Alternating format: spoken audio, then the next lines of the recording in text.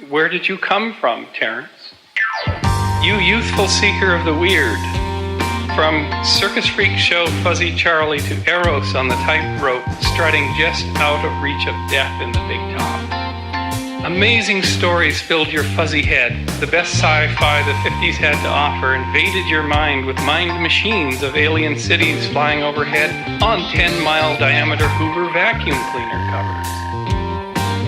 As a goggle-eyed nerd kid, you learned the extraordinary discipline of sitting quietly until you could see pictures moving on the back of your eyelids.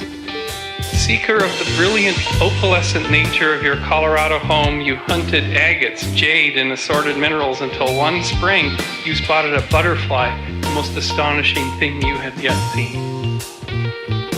Out in the bay, the psychotropic butterfly flew you to a land of beheld iridescent machines. The butterfly then vectored you to the tropics on globe-girdling adventures seeking another place never of this world. Hauling 200 pounds of books to the Seychelles Islands for a peaceable read. Who else would even remotely consider such a thing?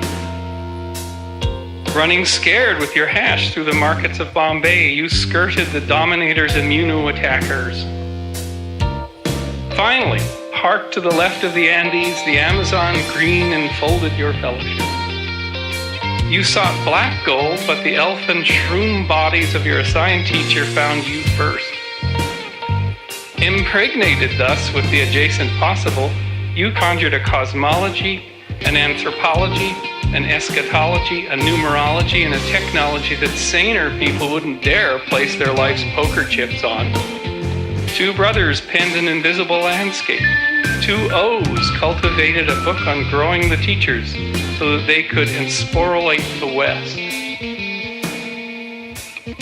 Your funny ideas challenged one too many times, you turned away from science and scientists, instead seeking fellow travelers like John D., Whitehead, and others piling up on the pier. In 1982, your ship, the good ship, the HMS Philosophical Gadfly, set sail with a full crew complement for ports unknown, tapes set to record. Why did we love you when you were here, Terence?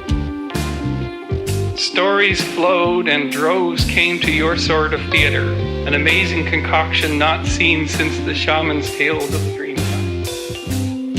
In a time of the drought, you courageously promoted a pathway back to the plant experience. 3 friends formed a trialogue and your ideas could be floated in a gentlemanly fishbowl.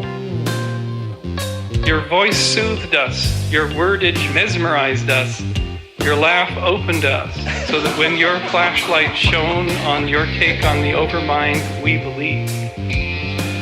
Your silvery Joycean delivery delivered us whole into the vivid weirdness of your extraordinary mind. Who's to know what you really saw on these trips?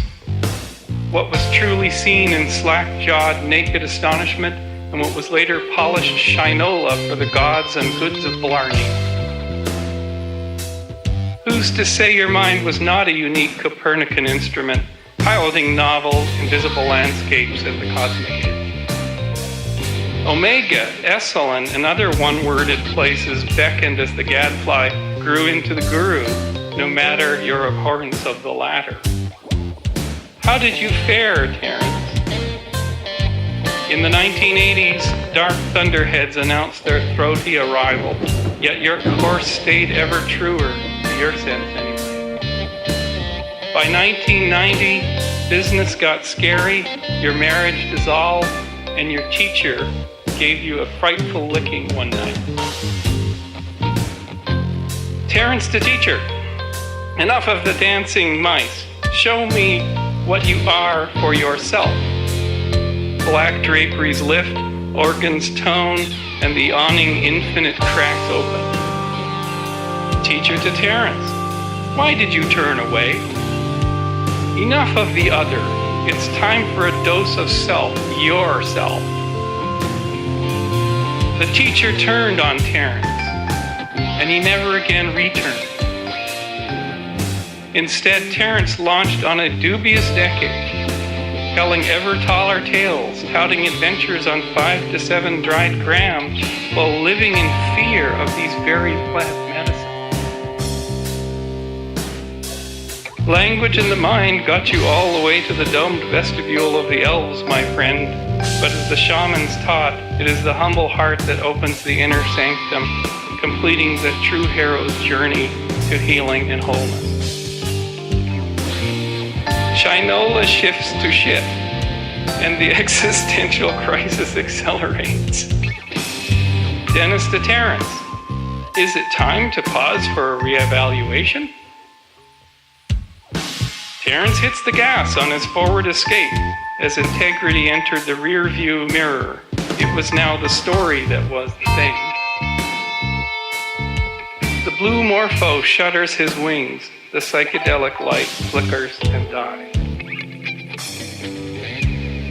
Ramdas to Terence, your life is your message. Terence to Ramdas, my life is a mess. My message is my message.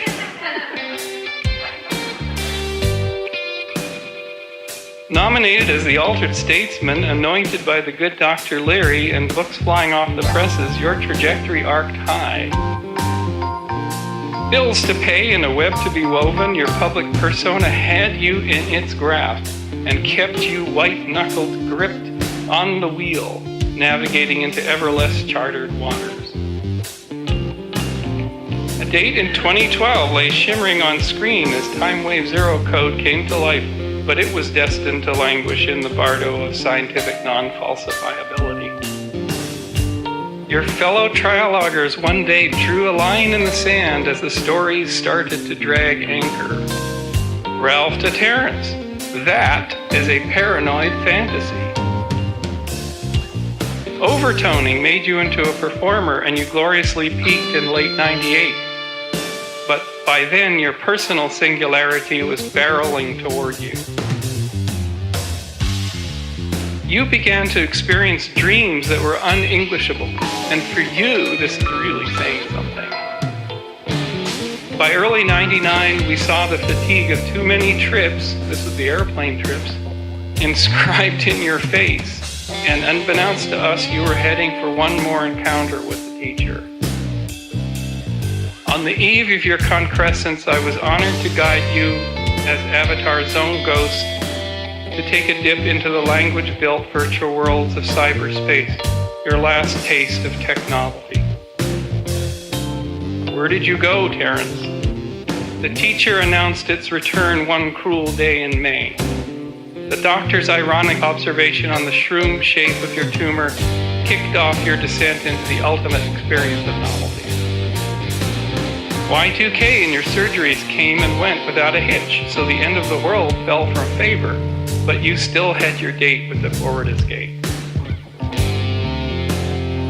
On April 3rd, your final boundary dissolution was at hand and almost too late. Mind disintegrating, your heart forced its way open, gifting you the ultimate wisdom of the teaching plant, and of this in any world, it's all about love. So, Terence, teller of Irish tales, we love you. We are still here. It's 2012, and in some sense, your year. And yes, we kept breathing. But where did you go? Did you end up so stuck in the muck, the transcendental object could not even pull you out? Did the mushroom wave come for you 10 miles wide and sweep you away?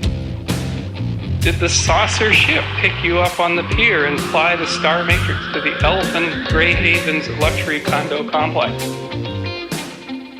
In a dream with you in '99 in Hawaii, I saw you unfold yourself and step into an elf-piloted, plush-seated, bejeweled Fabergé egg, which carried you up through the azure veil. When told of this vision, you said, "Ah, the getaway car." It's the kind of guy I am. We have brought you back, Terence. Years later in dreams, you returned to me and to others in many guises. An electrical short, or the elves, or whatever, took your archives from us in the fire of '07. So Lorenzo and I and many others got going and got together in a project to put you back together and make sense of the whole. Piece by piece, the psychedelic bard McKenna was reconstituted in cyberspace. So now we look back, and if your journey was only partially completed, your business left unfinished, and yourself half-baked, what is left? What the heck? Today we summon you back to life here at Esselen, a place in which you were beloved, held court in yurts, hot tubs, lawns, and big houses. Before you departed, we were planning a workshop together in this very place so I could return and do them myself, so you said. Michael Murphy and Nancy Lunny said, do it, so here we are. Then what if you is left, Terence? What if your raps, your recipes, your theories, your life lessons, your missteps, what is there left that goes beyond 2012? So Terence, that is what this is all about, so help us out. Don't be afraid, we are your faithful, and we now know the true wrath. So come on in the door, take your place.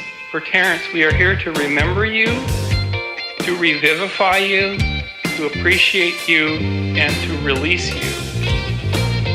The spell is now broken, Terence. So if the truth can be told as to be understood, it will be believed.